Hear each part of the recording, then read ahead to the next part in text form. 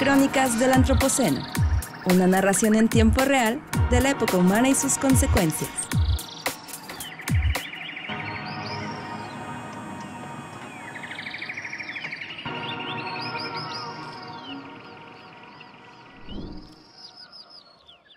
Estamos en el Antropoceno, exclamó una tarde de febrero en Cuernavaca, México, el químico atmosférico neerlandés Paul Crutzen, reciente ganador del Premio Nobel de Química durante una conferencia de especialistas en ciencias de la Tierra en el año 2000. A partir de ese momento, la propuesta de cambiar el nombre del intervalo de tiempo geológico actual en honor a nosotros, los humanos, los antropos, ha ganado tanto apoyo como críticas con una fuerza extraordinaria, dentro y fuera del campo de las ciencias. Las actividades humanas, sostuvo Crutzen en publicaciones posteriores, están ejerciendo un impacto cada vez mayor sobre el medio ambiente en todas las escalas, superando, en muchos sentidos, a los procesos naturales. Era hora de aceptar que las condiciones relativamente estables de la época del Holoceno, que inició hace 12.000 años tras la última glaciación, habían terminado por cambios provocados principalmente por nosotros los humanos.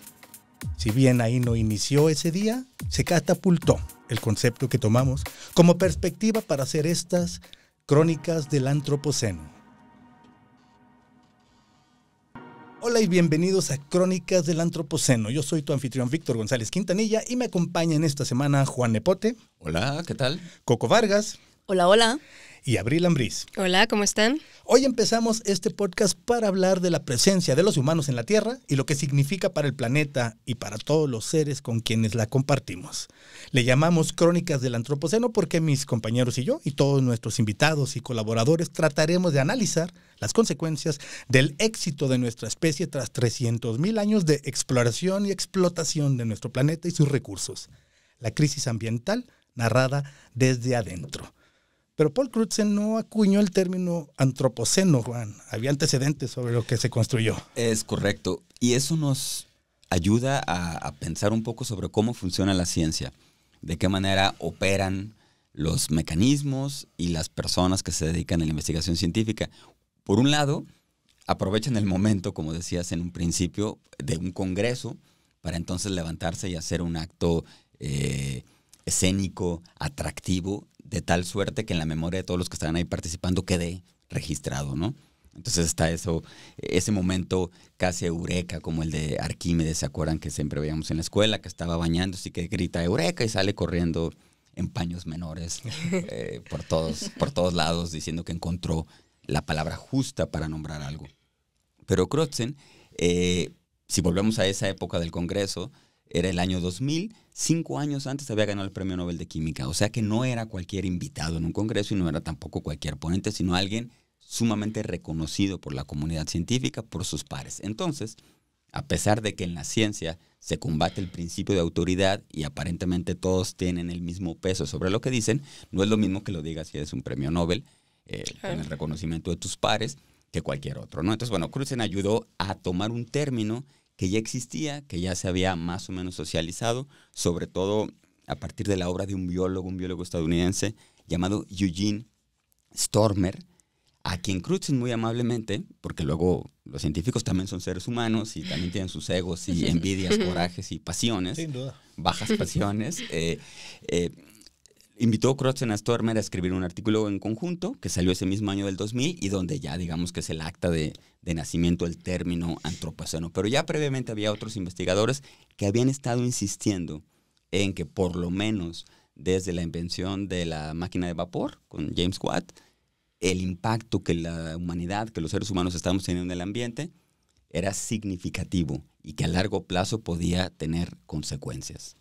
Sí, y es muy importante que mencionas esto de que 5 años antes había obtenido el premio Nobel en física de la atmósfera, en un tema que también era un reto global. En los 80s era el gran tema. La capa de ozono tenía un agujero que parecía que estaba creciendo y que era un gran reto. Crutzen, como parte del equipo de investigación, obtuvo tanto el premio Nobel como el reconocimiento mundial de que fue parte del equipo que encontró la solución a un gran problema que era de trascendencia global. Pero no solamente ahí se quedó el término, no solamente sirvió para su paper que publicó en ese momento, sino que, y una de las cosas muy interesantes del término es esto, detonó una aparición de esta perspectiva de antropoceno, la época humana, o al menos propuesto como una época específicamente en donde los humanos son la fuerza de cambio principal, superando a la naturaleza. Este término se empezó a absorber, a aparecer, a referenciar, fuera incluso de las ciencias de la Tierra, en otras partes, en otras ciencias, en otras disciplinas, incluso fuera del campo de la ciencia. Y eso creo que es algo de lo que lo ha hecho tan relevante. Muchos teóricos lo reconocen así, porque sirve como una nueva perspectiva. Ahora, hay que decirlo, los geólogos todavía no se ponen de acuerdo si eso no es una época. Hay un gran debate de ello, en torno a ello. De hecho, el día que grabamos esto, septiembre de 2022, todavía no se ponen de acuerdo y es muy probable que no se pongan de acuerdo o que muchos de los críticos digan que simple y sencillamente no da para hacer una época, que ahora lo definiremos que así sería, pero nos sirve para pensar. Nos sirve para reflexionar, nos sirve de pretexto a nosotros, los cronistas del antropoceno, para hablar de la crisis ambiental desde adentro, en tiempo real. Pero primero vamos definiendo cuáles son estos términos de época, era, periodo, en los cuales se inscribe la crónica de nuestra tierra y que la estamos abordando aquí en las crónicas del antropoceno. La escala del tiempo geológico es una herramienta para representar la historia de la vida en la Tierra, que ordena cronológicamente los eventos que cambiaron las condiciones del planeta. Así como podríamos dividir un año en meses, semanas y días, la escala divide el tiempo planetario en eras, periodos y épocas, así como otras categorías. La era actual, el Cenozoico, comenzó con la caída del meteorito en la península de Yucatán, que ocasionó la extinción masiva de los grandes reptiles y la diversificación de los mamíferos, entre los que surgimos los seres humanos.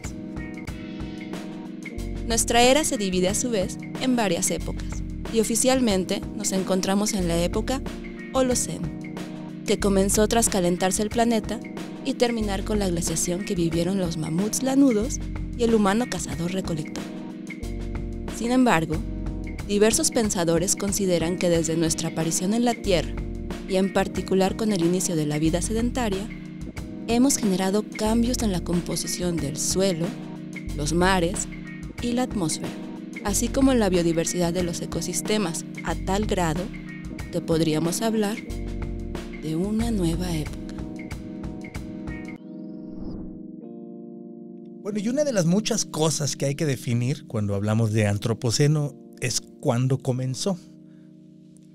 Y sí, Vic, justamente, después de la definición de antropoceno, la pregunta que vino de manera obligada fue ¿cuándo comenzó? Y no se pusieron de acuerdo de un principio, porque nunca pasa eso. Hay muchas opciones, muchas versiones. Exactamente, de hecho, de las 4 principales yo las filtré a 3, y son de las que les voy a platicar a continuación, ¿no? Todas tienen que ver con la historia ambiental de la Tierra y los cambios que se presentaron. Debo aclarar ese punto. Entonces, vamos a hablar primero. Se planteó que empezó en el antropoceno temprano. ¿Qué es esto de antropoceno temprano? Se asoció con la aparición de la agricultura, la domesticación animal y la deforestación. Claro. ¿Por qué? Porque estos 3 puntos empezaron a hacer que se incrementara la producción de dióxido de carbono y de metano en la atmósfera. Uno de los grandes cambios desde que está la especie humana en la Tierra, de los que tenemos 300,000 años, pero esto sucedió apenas hace 10,000 años, más o menos, en 10, 12,000 años, el advenimiento de la agricultura, que se dio en varias partes del mundo, fue más o menos hace 10,000 años. Fue cuando empezó a notarse el cambio que estábamos provocando nosotros por deforestación, porque la agricultura también empezó a provocar más metano y dióxido de carbono. Antropoceno temprano. ¿Cuál es el segundo? El segundo en el ranking es la revolución industrial. Y esta viene con la aparición de la máquina de vapor, donde también empiezan a incrementarse las emisiones de CO2 y de metano. ¿Por qué? Porque empezamos a usar otro tipo de combustibles, ¿no? Combustibles Claro, fósiles. sí. O sea, ya la máquina de vapor diésel y petróleo. Oye, hay unos cambios también ahí, digo, ya que estamos hablando de todos los cambios y los estamos metiendo todos en estos embudos para tratar de perfilar un poco la idea del antropoceno. Con la revolución industrial también vienen unos enormes cambios sociales que seguimos padeciendo. Es un gran Por ejemplo, parteaguas. la gente Sí. duerme menos. Sí. La posibilidad de vivir de noche, digamos, pero además no solo vivir y pasarse la bomba por ahí en algún lugar lúdico, sino de Porque tener hay que luz. trabajar. Ajá. De hecho, se extienden incrementan los horarios de trabajo porque la luz ya no era un factor que determinaba el que pudiéramos estar fuera de nuestros hogares. Y eso catapulta enormemente la productividad. La idea de productividad, puedes Claro. producir todo el tiempo, puede haber 3 turnos, 4. También luego se empieza a regular el que haya turnos y se combate un poco el trabajo infantil, por ejemplo, cosas que no se han resuelto aún en nuestro presente. Pero creo que también es interesante ver eso porque la avidez, la idea de producir y de que la tecnología ya no es una limitante, sino al contrario, te permite intervenir el mundo de otra forma, también es una manera de darnos cuenta de la influencia que tenemos en el medio ambiente. Y una que podría parecer obvia, pero hay que mencionarla, es la urbanización se aceleró en esos tiempos. Es decir, se empezó a concentrar la población en núcleos urbanos que antes prácticamente 90 y tantos % de la población vivía diseminada por todos lados porque eran agricultores. Ahora ya empieza la clase obrera, empiezan los lugares en donde se empieza a acumular cada vez, y es un proceso que no se ha detenido y que continúa, el proceso de urbanización, que aceleró un poquito más también ahí. Pero hay otra aceleración. ¿Cuál es la tercera? El tercer momento, Coco, de estos tres que estás Tu poniendo tercer aquí. momento, Coco. Pues es lo que se conoce como el antropoceno tardío, pero también se le dice la gran aceleración. La gran aceleración. La gran aceleración. Y es justamente a mediados del siglo XX, que es más cercano a nosotros, lo vemos mucho más cercano porque lo estamos viviendo ya, y se relaciona con la historia ambiental de la Tierra, como les digo, y se considera esta gran aceleración a partir de la Segunda Guerra Mundial. ¿Por qué a partir de la Segunda Guerra Mundial? Porque es después de este momento cuando empiezan a incrementarse la población, es cuando crece exponencialmente la población humana, claro, el baby boom. Luego viene el crecimiento económico, la globalización, señoras y señores, y viene el cambio ambiental de escala e intensidad sin precedentes. Es aquí cuando se ven más marcados todos los cambios, y por eso es una de las más aceptadas, la gran aceleración. Sí. Incluso los que están a favor de esta opción invitan a que si quieres buscar evidencia, ok, la vas a encontrar entre los 30 y 60 grados de latitud al norte del Ecuador. Okay. Así de seguros están de que esta está bien sustentada, ¿no? Oye, ¿pero qué hay ahí? En ese punto habrá que ir a darse la vuelta. Habrá que ir. Bueno, es la franja en donde está la mayoría de la población. Sí. Como sabemos, en el hemisferio sur hay menos población, hubo menos desarrollo, entonces si Eurasia se dio más o menos en esa. Nosotros vivimos en Guadalajara, México, más o menos a 20 grados de latitud, es decir, más al norte de lo que somos nosotros. Sería... No servimos de evidencia, entonces. No servimos de evidencia. Estamos hablando de Estados Unidos y Canadá en América, y de Europa y Asia central, digamos, India, China, Shanghái, todos los lugares donde más gente hay están en esa franja de entre 30 a 60 grados. Okay. Y en la gran aceleración se puede ver fácilmente en cualquier gráfica. Si tú pones una gráfica de la población humana, vas a ver cómo iba subiendo poco a poco, una subidita paulatina, y de repente en 1950, ¡fum!, la subida se acentúa mucho, se pone mucho más inclinada. Pero no solamente población humana, consumo de energía, producción de gases de efecto invernadero, producción de basura, comercio mundial, prácticamente todas las gráficas aumentan su inclinación a partir de más o menos el año de 1950, la mitad del siglo XX. Y además aparecieron los nuevos elementos radioactivos. Pongamos un ejemplo local aquí, pero igual sirve para cualquier otra ciudad de donde nos escuchan.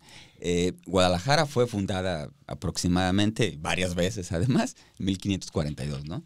Y el ciudadano 1 millón que vivía en esta población nació, tiene su nombre, en 1963. Más o menos en esos tiempos. Que son esos años aproximadamente, pero veamos todo el lapso que tuvo que transcurrir para que naciera 1 millón de personas por acá, pero actualmente, es decir, unos 60 años después, ya cuadruplicamos por lo menos o quintuplicamos ese número, ¿no? O sea, hasta rondamos cerca de los 5 millones. O sea, en medio siglo fue un acelere brutal el que tuvo esta ciudad, sí, con muchos desórdenes, como casi todas las capitales urbanas.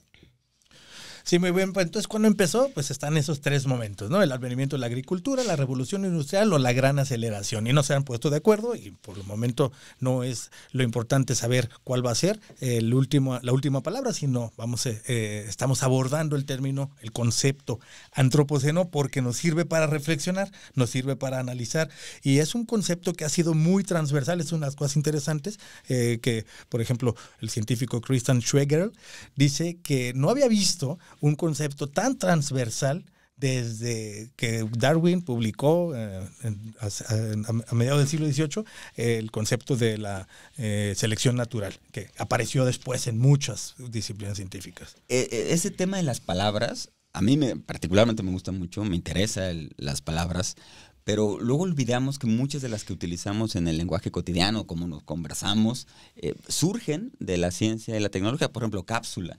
Es una palabra que viene, es un concepto médico y luego ya se empezó a utilizar con otros fines. O crisis. Crisis también era una palabra que surge de un evento médico, digamos. Y con evolución pasó justo lo que mencionabas, Víctor, hace un momento, porque causó un gran furor social. ¿Se acuerdan que había unas, habrán visto, digo, no, que se acuerdan, ustedes son muy jóvenes, son muy jóvenes. No se pueden acordar más que haberlo visto por ahí en algún archivo, que en aquel entonces que Darwin publica su trabajo, aparecen muchas ilustraciones burlándose de él y poniéndolo como descendiendo directamente media hora después de un mono, ¿no? Pero fue uno de los conceptos científicos que rápidamente permeó en la sociedad y empezó ahí a popularizarse.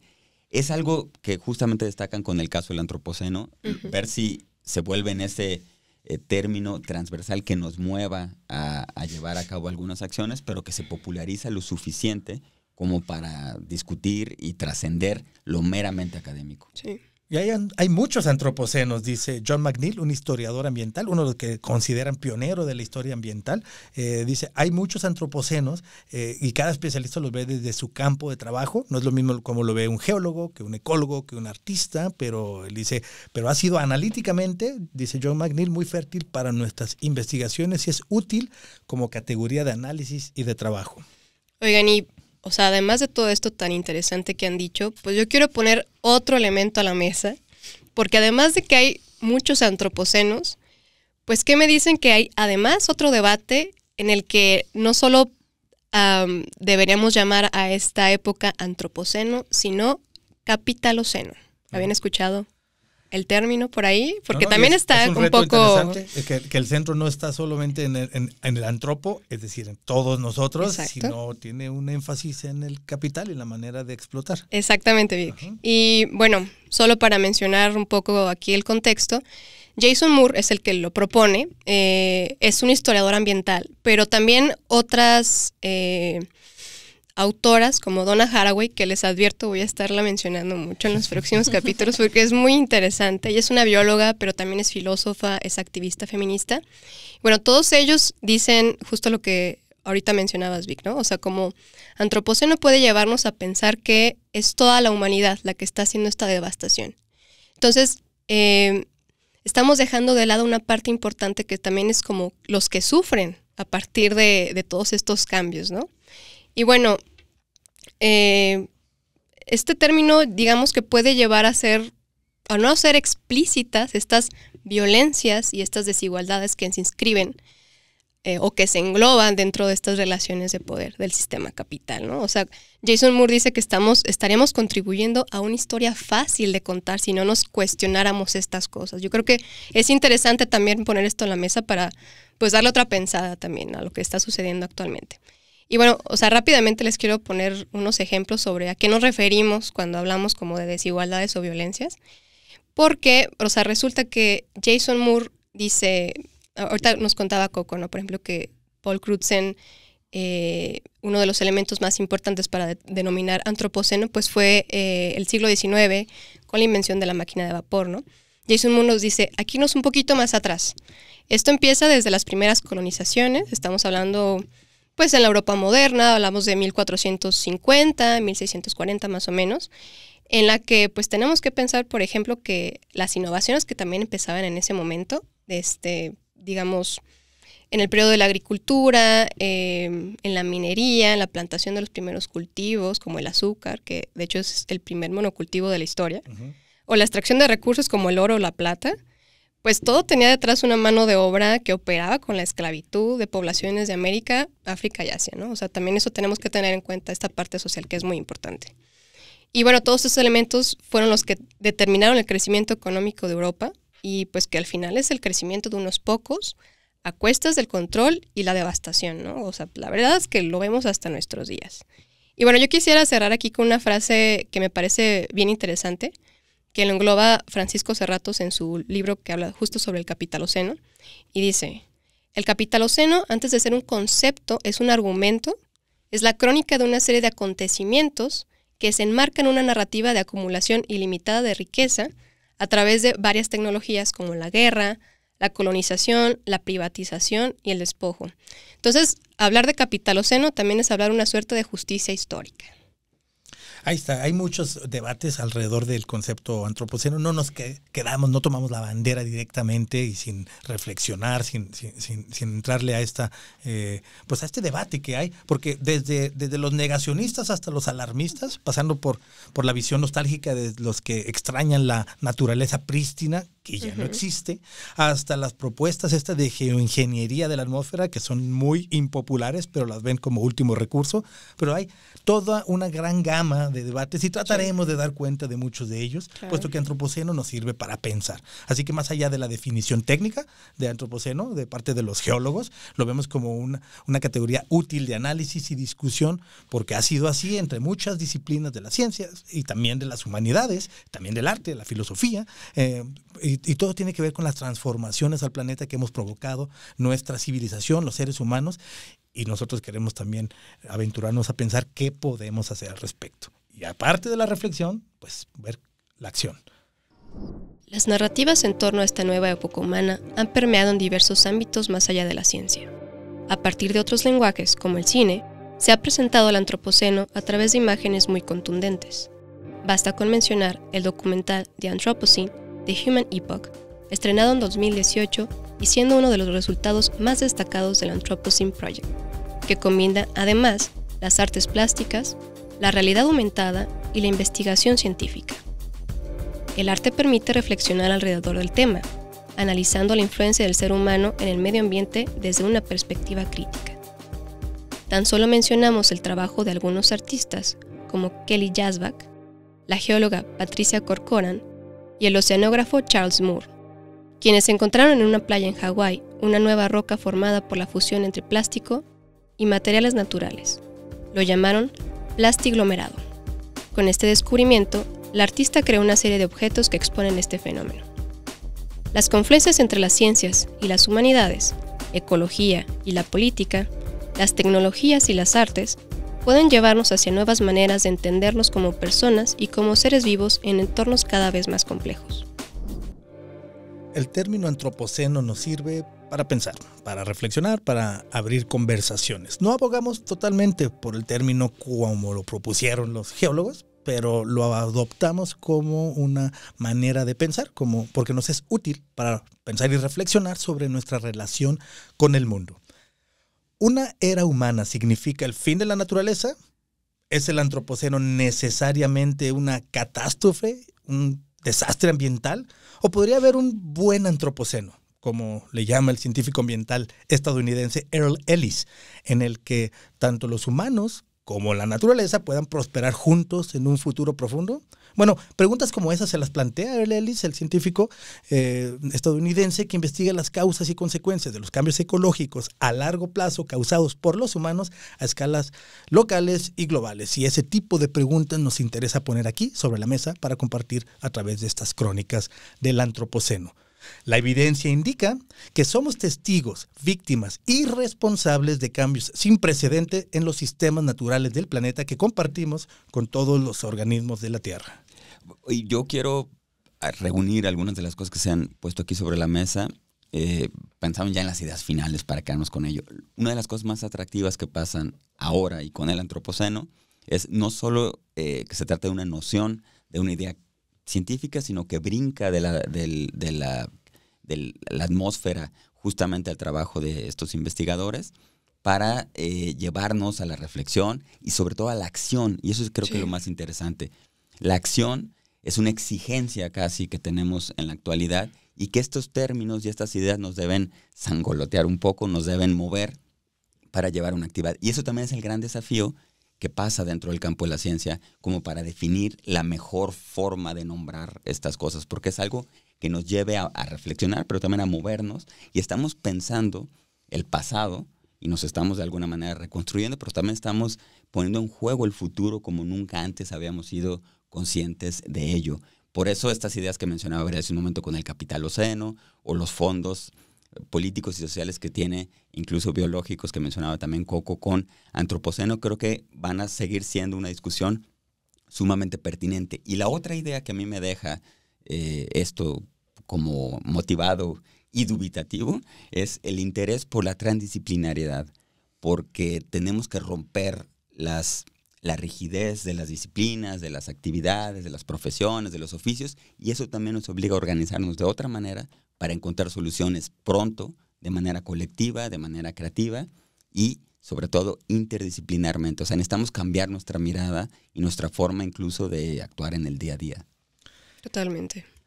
Y esta transdisciplinariedad requiere de que participemos todos, porque todos estamos juntos en esto. El planeta requiere de la acción de parte de todos los diferentes estratos de la sociedad, todos los actores que hemos estado involucrados, porque somos testigos, víctimas y responsables de estos cambios.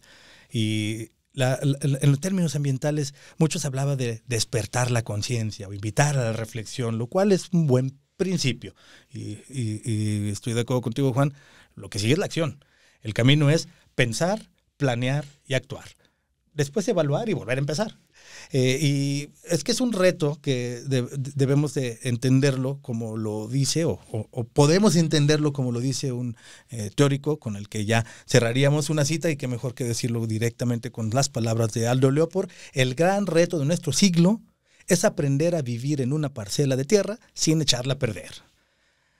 Bueno, pues gracias por acompañarnos, gracias a mis compañeros por estar en este primer capítulo de Crónicas del Antropoceno, el podcast que produce el Museo de Ciencias Ambientales que construye la Universidad de Guadalajara, en Guadalajara, México. Todas las referencias mencionadas durante este programa, todos los libros, los autores y algunas lecturas sugeridas las vas a poder encontrar en la descripción del capítulo, en la plataforma donde encuentres tus podcasts. Si te gusta lo que hacemos, no olvides suscribirte, compartirlo. Si conoces a alguien que le puede interesar, por favor, hazle saber. Y sobre todo, escucha la próxima semana la próxima entrega de estas Crónicas del Antropoceno. Esto fue Crónicas del Antropoceno, una producción del Museo de Ciencias Ambientales de la Universidad de Guadalajara. Gracias por escuchar.